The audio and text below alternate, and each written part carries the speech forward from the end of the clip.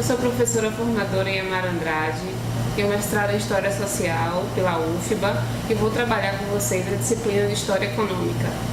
A ementa da disciplina de História Econômica propõe discutir o processo de organização da vida material da humanidade desde a antiguidade ao período contemporâneo, utilizando-se da interface entre História e Economia para caracterizar os modos de produção, as relações econômicas entre as classes e entre as nações, tomando-as como elementos essenciais na formação das sociedades.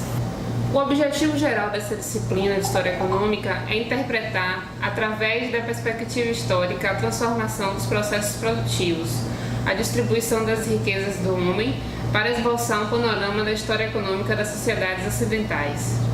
A disciplina de História Econômica tem uma importância fundamental na compreensão dos processos históricos, porque ela traz elementos conceituais e produtivos para compreender a organização da sociedade. Por isso que nós vamos trabalhar desde a antiguidade até um pouco da contemporaneidade, porque para nós compreendermos a organização das sociedades, nós precisamos primeiro verificar como elas se organizam a nível produtivo, porque é daí que nós vamos compreender os seus aspectos sociais, políticos e culturais. Bom, como o nosso objetivo maior na disciplina de História Econômica é estudar a vida material das sociedades humanas, nós vamos precisar abordar características dessa organização social, que trata desde o escravismo greco-romano até a contemporaneidade. Então, para nós elencarmos essas características, utilizaremos de conceitos que nos ajudarão a compreender como se dá essa vida econômica, essa vida produtiva ao longo da história da humanidade. No primeiro bloco, nosso tema é a análise de alguns conceitos básicos que caracterizam a vida produtiva da sociedade humana. E para isso, nós vamos analisar a Europa no período pré-capitalista, através das suas formas de organização, dos modos de produção. Para tanto, nós vamos trabalhar com conceitos como relações sociais de produção, nós vamos abordar o processo produtivo do escravismo greco-romano, nós vamos analisar a organização da servidão medieval na Europa Ocidental e nós vamos também pontuar como se dá esse processo de transição para o sistema feudal.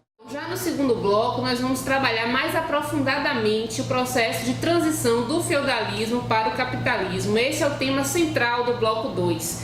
Esse processo de transição caracterizado pelo pensamento mercantilista. Então, nós vamos analisar as transformações tecnológicas que aconteceram nesse processo histórico, o desenvolvimento do comércio internacional. Nós vamos compreender como o sistema manufatureiro surge nesse momento de dissolução de uma forma de produção e surgimento de uma nova forma produtiva que vamos identificar como indústria capitalista.